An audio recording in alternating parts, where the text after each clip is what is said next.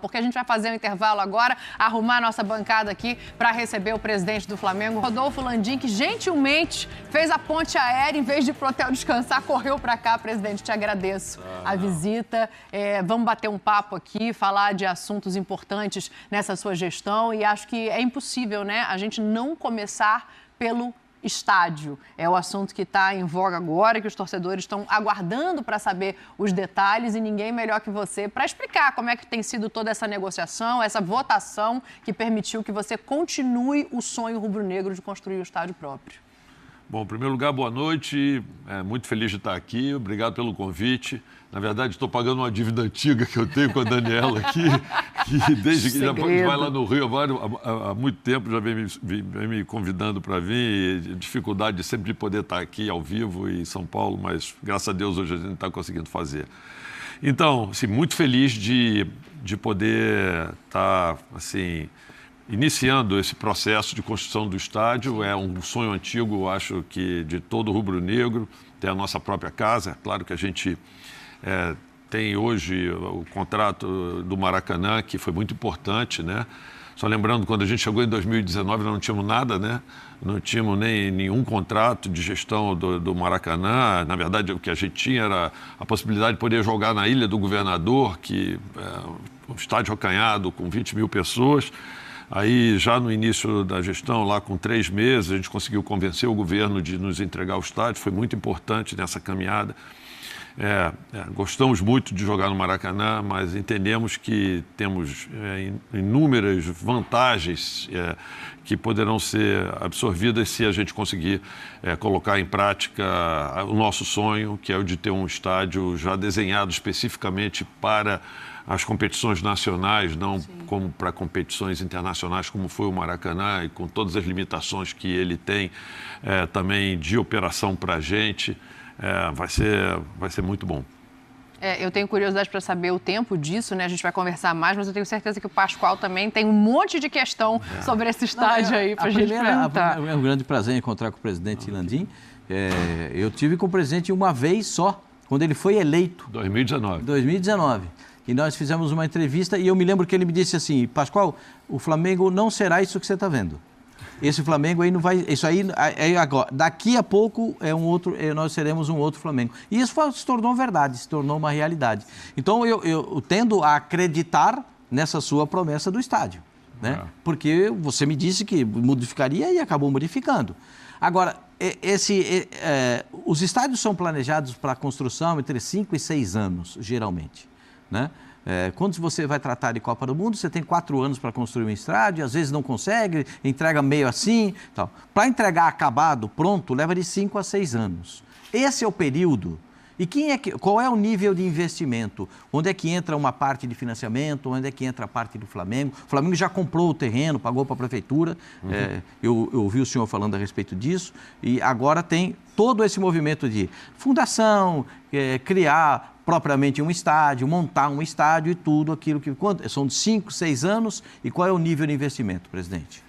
Excelente pergunta, Pascoal. Assim, nós, quando apresentamos o projeto e tivemos autorização dentro do conselho do clube para a compra do terreno, a data que nós estabelecemos para fazer a inauguração é exatamente no período que você está comentando aí. A gente estabeleceu como data-alvo dia 15 de novembro, o aniversário do clube de 2029. Portanto, a gente está falando aí de 5 anos e 4 meses, que é um período que a gente considera razoável para poder construir. É claro que isso vai variar principalmente de acordo com o tempo necessário para atender a todos os estudos que vão ser demandados para a obtenção de licenças para a construção do estádio. Isso varia de governo a governo e a gente está estabelecendo aí um prazo relativamente grande para isso, já considerando alguns estudos que vão ser demandados adicionais,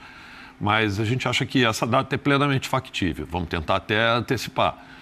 Mas seria 5 anos e 4 meses. Com relação aos recursos necessários para poder fazer isso, a gente tem hoje a previsão de receitas assim, de naming rights que a gente vai negociar junto ao mercado. Então, logo a gente consiga pegar o terreno. De fato, hoje nós já pagamos a guia que foi encaminhada para nós essa manhã.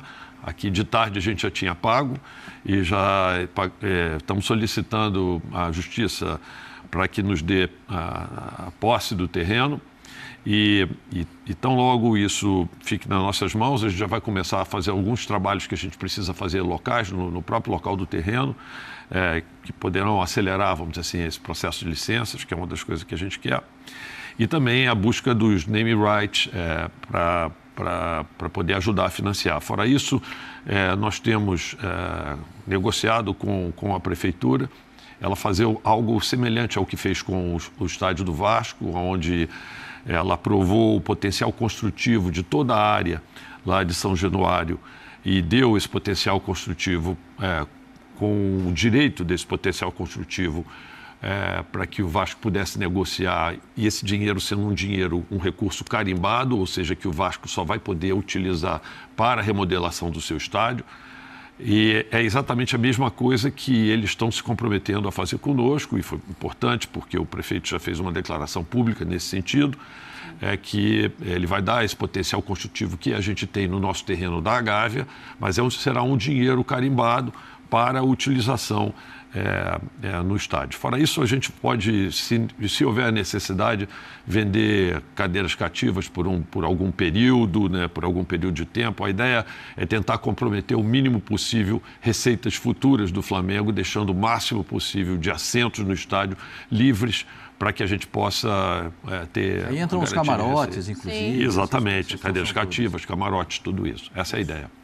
Vamos puxar, o torcedor quer saber do estádio, ele quer saber do estádio pronto, ele está ansioso, né? Mas ele está mais ansioso ainda para saber o que vai acontecer na quarta-feira que vem, depois do 2-0 construído. Tem torcedor que está torcendo o nariz, reclamando que não vê reforço no meio do ano agora, depois da janela, mesmo tendo tido a janela do começo do ano. Ô, Capita, vou tocar para você, para a gente puxar esse papo para a bola, para puxar esse papo para o campo, que é onde você conhece tão bem esse Flamengo. Assim, falar que é uma alegria receber o presidente aqui, né? Eu tive uma conversa, com o Pascoalzinho também, eu tive um encontro com ele... Em 2019. Sim, 2019. E assim, eu trabalhei no Flamengo, né, Dani? O tamanho, a gente sabe o tamanho, a dimensão do Flamengo, mas era muito o peso da camisa, o Dani, tamanho da sua torcida. Vou cometer em confidência aqui. Me conta. Eu convidei ele para ir na minha casa, tentei convencer ele de tudo quanto é jeito para ir trabalhar lá no Flamengo e ele me deu um nó. Entendeu? Ele fugiu. Mas assim, dito isto... Foi uma honra, Dani. Em 2019. 2019. Final de 2018, ali na virada. Ali. Olha onde podia estar seu nome ali, ó. Isso, Tudo bem. Não, mas foi ótima a conversa, assim, por causa disso, Dani, porque assim, eu conheço o Flamengo, né, conheci muito intensamente no dia a dia, mas assim, tudo que o presidente me falou naquela reunião, até para tentar me convencer, né, a trabalhar no Flamengo, e tudo está acontecendo hoje, né? Então, assim, você escutou muitas coisas ali que a gente está vendo que na prática funcionaram, aconteceram, enfim. Aí, assim, só para falar, para terminar o assunto, os mesmos argumentos que eu usei para o presidente na época para negar esse convite gigantesco continuam sendo os mesmos usados hoje, né? Que é o tempo com os meus filhos, com a minha esposa, enfim, com os meus pais também que têm uma idade. Eu continuo com a mesma cabeça, presidente. Competir,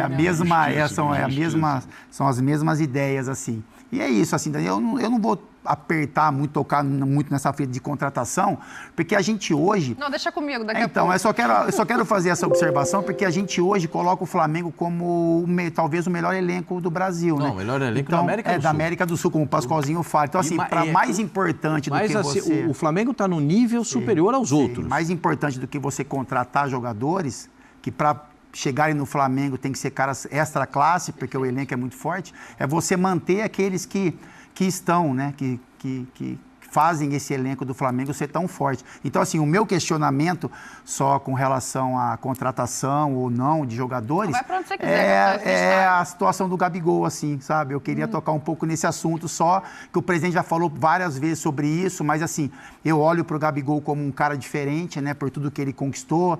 Eu falei com o Gabigol no início, quando ele chegou no Flamengo, o quanto era importante ele criar uma conexão campo-arquibancada. Eu sei como isso funciona no Flamengo, e isso ele conseguiu construir rapidamente, né? E aí isso teve um reflexo também dentro do campo. Então é isso, é mais entender a situação dele, apesar que eu já escutei o presidente falar várias vezes sobre o assunto, e se existe a possibilidade dele permanecer no elenco. Então, obrigado aí pela pergunta. Basicamente é isso, falando um pouco da janela como um todo. A Daniela já me ajudou aqui. A gente fez um planejamento que começou, eu acho que com a chegada do Tite no final do ano passado. A gente faz uma avaliação com a participação dele, quer dizer, desse elenco, reforçar algumas posições, como vocês mesmos falaram. Lá no Flamengo a gente não quer trazer um jogador pura e simplesmente para entrar no plantel. Acho que como a gente tem um plantel qualificado, a gente precisa de jogadores bastante qualificados para poder entrar lá. A gente, nessa primeira janela, a gente fez uma janela bastante forte. Contratou o De La Cruz, contratou o Léo Ortiz, que era um jogador que a gente também já vinha com interesse há muito tempo, contratou o Vinha e contratou o Carlinhos, que apareceu muito bem no Campeonato Carioca. E com isso a gente entendeu que estaria coberto, vamos dizer assim, a janela, vamos dizer assim, do início do ano, mas mais o planejamento do ano como um todo. A gente procurou fazer a antecipação dessas contratações exatamente para poder contar com os jogadores o ano todo. Isso não significa que, eventualmente, para uma posição ou outra, quando a gente tiver uma oportunidade de negócio, a gente não possa buscar. E todos sabem, é público, no Flamengo também tudo acaba se tornando público e vaza. Como é que é, Pascoal? Pascoal tem uma frase que é maravilhosa. Como é que é? Nada vaza por acaso. Não, eu achei assim, vazou uma notícia. Não vaza sem querer. Vaza sem querer. Sempre tem um motivo. É muito claro e conhecido publicamente o nosso interesse pelo Claudinho. A gente tem procurado conversar com ele. Temos uma janela aí até o início de setembro, os 1º de setembro, 2 de setembro. Então, assim, enquanto isso, vamos continuar na expectativa aqui, nas negociações. Quem sabe a gente não consegue trazê-lo para cá. Faltou combinar com os russos, né? Porque eles estão dificultando o negócio desde a janela passada. Eu já vi o interesse do Flamengo anterior, em que não sei o que você pode trazer de valor e de negociação para a gente, mas assim, o que falta? Porque a gente sabe que o jogador já expressou vontade de voltar.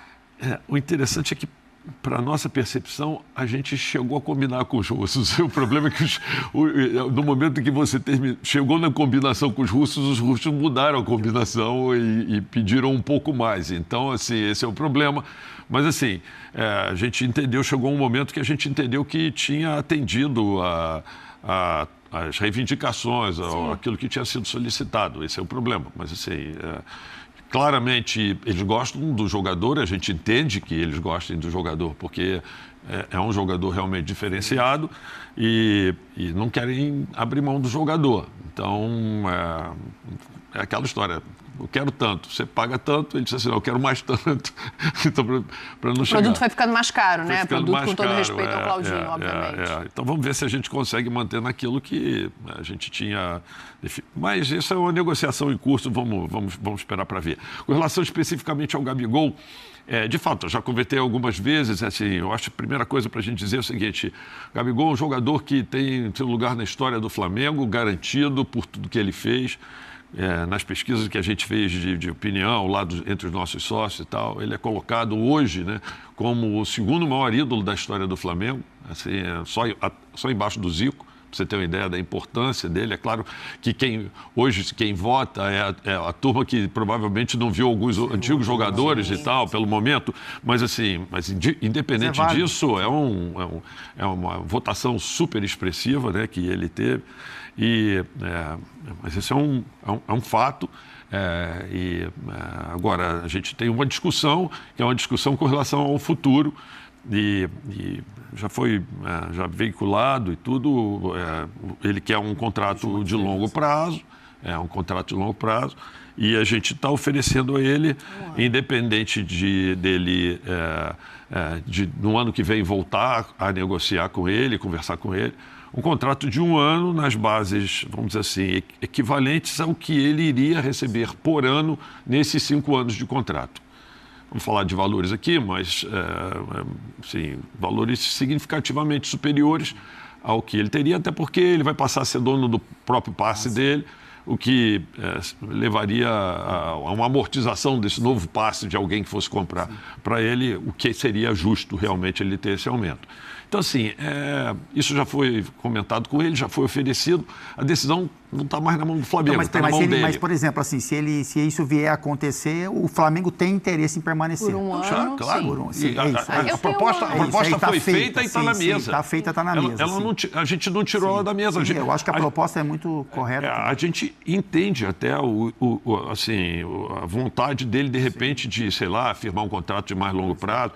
Eu cito como exemplo, assim, o Everton Ribeiro, por exemplo, que é um jogador que a gente adora lá no Flamengo, como jogador, como profissional, como tudo. Ele acabou recebendo uma oferta de longo prazo, de contrato maior do que a que o Flamengo poderia oferecer para ele.